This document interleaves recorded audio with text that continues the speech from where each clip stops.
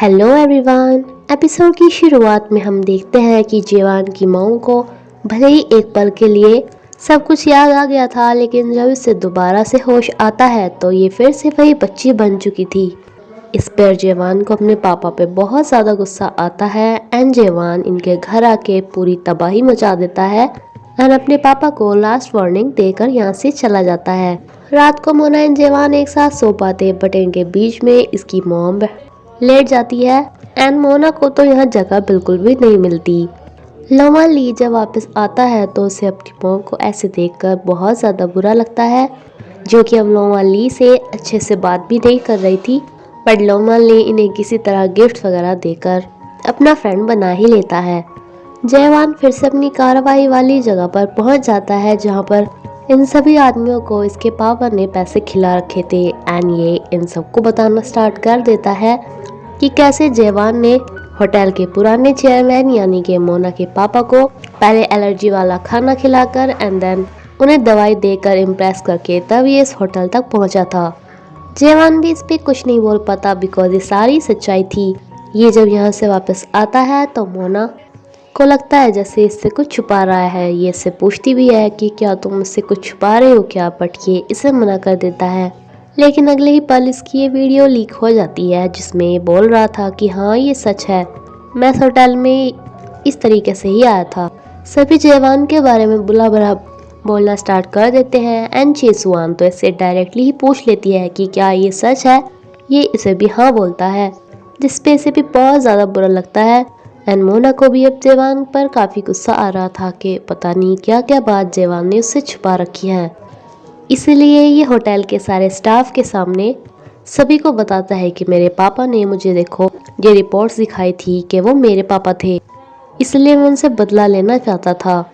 अब सभी ये बातें करने स्टार्ट कर देते हैं कि देखो इसे लगता था कि मोना इसकी बहन है, फिर भी इसने मोना को डेट किया, कितना चीप इंसान है ये।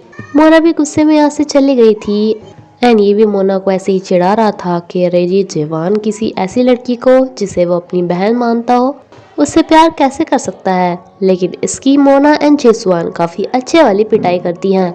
भले ये गुस्सा हो लेकिन अब इसे समझ में आ गया था कि शुरुआत में जयवान इसे क्यों अपने पास नहीं आने दे रहा था, बिकॉज इसे लग रहा था कि ये इसकी स्टेप सिस्टर है। जयवान इसे कुछ सबूत भेजता है कि इसके पापा की डेथ जयवान के पापा ने की है, इस बात का सबूत इन्हें मिल गया है। ये सब कुछ सोच समझने के पास मोना इसके पास वापस आ जाती है। अपनी मोम की ऐसी हालत लोमाली से देखी नहीं जा रही थी, इसलिए ऐसे ही टहलते हुए जा रहा था जहाँ पे इसे ये विलन अंकल मिलते हैं। ये इनसे टकराते हुए इसे हर्ट कर देता है बहुत बड़े हथियार के साथ। जयवान को जब इस सब बारे में पता चलता है तो ये लोमान को बहुत ज़्यादा डांटता है कि तुम्हें पता है एक मर्डर हो रहा कितना ज़्यादा बुरी बात है, तुम जल्दी से यहाँ से चले जाओ, जैसे तुमने कुछ भी नहीं किया, बाकी सब मैं संभाल लूँगा। एंड देन ये जल्दी से अपने पापा को हॉस्पिटल में लेकर जाता है। देन ये लोमान ली को भी आके कहता है कि मेरा तो तुमसे भी ज़्यादा मन होता है उन्हें मारने का, लेकिन अगर मैंने ऐसे किया तो मुझ में और उनमें क्या फ़र्क रह जाएगा। जयवान अपने नाम के सारे शेयर्स मोना के नाम कर देता है, वो भी जो इसकी मॉम ने इससे हड़पे थे, लोमान ली ने हड़पे थे एंड सब कुछ, बिकॉज ये इसे दोबारा से इस होटल का चेयरमैन बनाना चाहता था। चेयोंग भी जयवान को मोना को ही सौंपकर यहाँ से दूसरे देश चली जाती है। इसके पापा इसे कहते हैं कि मैं जल्दी हॉस्पिटल से इसलिए आ गया क्योंकि मैं नहीं चाहता कि तुम्हारे उस भाई लोमान ली को सज़ा मिले, लेकिन इसके बदले में ये जयवान से इतना काम कराता है एंड इसे बस अपने पास ही रखना चाहता था। इसने अपने पास बहुत सारा खजाना जमा कर रखा था जिसे देखकर ये खुश हो ही रहा था, लेकिन जब ये अपने सीक्रेट रूम से बाहर आता है तो ये देखता है कि इसके नौकर ने इसे देख लिया था। लोमान ली यहाँ से वापस अब्रॉड चला जाता है। मून लायंग आज अपने पार्टनर का दिया हुआ हेयर पिन लगा के होटल में आती है। इसका कलीग इसे कहता है कि तुम्हें पता नहीं है क्या होटल में स्टाफ को ये चीज़ें लगानी अलाउड नहीं है। तो ये कहती है कि लेकिन ये किसी स्पेशल बंदे ने मुझे दिया है, मेरे बॉयफ्रेंड ने, जिस पे बहुत ज़्यादा खुश हो जाता है कि इसने इसे अपना बॉयफ्रेंड मान लिया। जयवान को पता चलता है कि इसके ऊपर जो इतने टाइम से कार्रवाई हो रही थी वो सब कुछ लोमान ली ने अपने नाम कर लिया है। जो इसे कहता है कि अभी आपकी ज़रूरत बाहर है, इसलिए जेल में कुछ टाइम मैं रह लूँगा। वैसे भी आपके पापा को मारने का क्राइम तो मैंने किया ही था। ली जंगकू को इसकी वाइफ ने भी डिवोर्स दे दिया था। इसकी बेटी भी इसे छोड़ के चली गई थी। एंड आज ये देखता है कि इसका खजाना सारा गायब हो चुका, जो कि इसका वही नौकर लेकर भाग गया। जयवान को जो इसके खिलाफ सबूत मिल गए थे, तो इसके घर पे पुलिस भी पहुंच जाती है। एंड मिस बेक हमेशा की तरह खेलते हुए होटल में आज दोबारा से पहुंच जाती हैं। पुलिस से बचता बचाता हुआ ये भी होटल में पहुंचता है। एंड कॉन्फ्रेंस हॉल में जाके सोच रहा था कि काश ये यहाँ का सीईओ बन पाता। ये इन सपनों में ही सोच रहा था, तभी इसे यहाँ पर मिस बेक मिल जाती है। इसे पुलिस से छुटकारा पाने का यही तरीका मिलता है। एंड ये मिस बेक को के ऊपर चाकू रखकर सबको डराना स्टार्ट कर देता है। इसे होटल की छत पे ले जाकर कहता है कि तुम हमेशा से यही चाहती थी ना कि हम दोनों एक साथ मरे, तो आज हम एक साथ ही मरेंगे। लेकिन अब ये बेचारी एक बच्ची बन चुकी थी जिन्हें इस सब के बारे में कुछ भी नहीं मालूम था। जयवान भी किसी तरह ऊपर आ जाता है। मिस बेक इसके जख्म पर ही हाथ रख के जयवान के पास आ जाती है। अब वो तो यहाँ से जा चुकी थी। ली जंगकू का सब कुछ बर्बाद हो चुका था, जो कहता है कि अब मेरे मरने में ही फायदा है। ये जयवान से कहता है कि तुम यकीन नहीं करोगे, बट सच में मैं तुम्हें प्यार करता हूँ। एंड प्लीज अब की बार तुम मुझे मत बचाना। दानिया यहाँ से जंप कर जाता है। जयवान इसे अब की बार फिर से बचाता है, लेकिन अब की बार ये जयवान का हाथ छोड़ देता है। देन एक साल बाद का सीन दिखाया जाता है, जहाँ पर ये दोनों रिसेप्शनिस्ट एक सीक्रेट रिलेशनशिप में हैं। मोना होटल की चेयरमैन बन चुकी है, लेकिन जयवान यहाँ पर ना रहकर अपनी मॉम के साथ एक रेस्टोरेंट का ऑनर है एंड होटल से बहुत दूर रहता है। मोना के होटल में एक इसी की तरह जिद्दी सी लड़की आती है जो बहुत ही ज़्यादा अमीर थी। एंड इसकी शादी कोरिया की सबसे बड़ी शादी होने वाली थी, जो मोना को आकर कहती है कि मुझे बिल्कुल ऐसी शादी चाहिए जैसी 5 साल पहले वेगस में हुई थी। यानी कि उस टाइम पे वहाँ का जनरल मैनेजर जयवान था।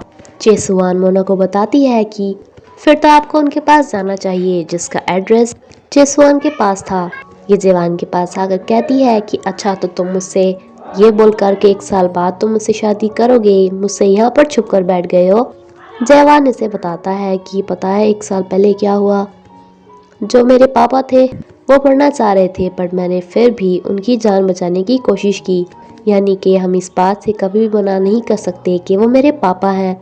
धन मैं तुम्हारा सामना कैसे कर सकता हूँ, जबकि मेरे पापा ने तुम्हारे पापा के साथ इतना बुरा किया।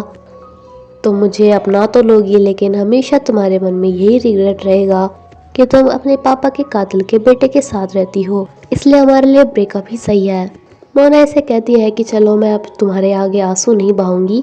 मैं तुमसे सिर्फ इतना बोलने आई थी कि हमारे होटल को तुम्हारी ज़रूरत है एंड तुम अभी भी वहाँ के जनरल मैनेजर हो, इसलिए एक इवेंट को प्लान करने के लिए वहाँ पे आ जाओ। ये अभी इसके साथ नहीं जाता। मोना ने भले ही कुछ बोल दिया हो, लेकिन ये रात भर ड्रिंक करके रोती है कि 1 साल पहले उसने मुझे कहा था कि आज से पूरे 1 साल बाद हमारी शादी होगी, लेकिन उस डेट को सिर्फ 15 ही दिन बाकी है एंड उसने मुझसे ब्रेकअप कर लिया। मोना के बाद हियोन में इससे रिक्वेस्ट करने आता है। एंड दूसरी तरफ उस लड़की के इंगेजमेंट में चे क्योंग भी आती है।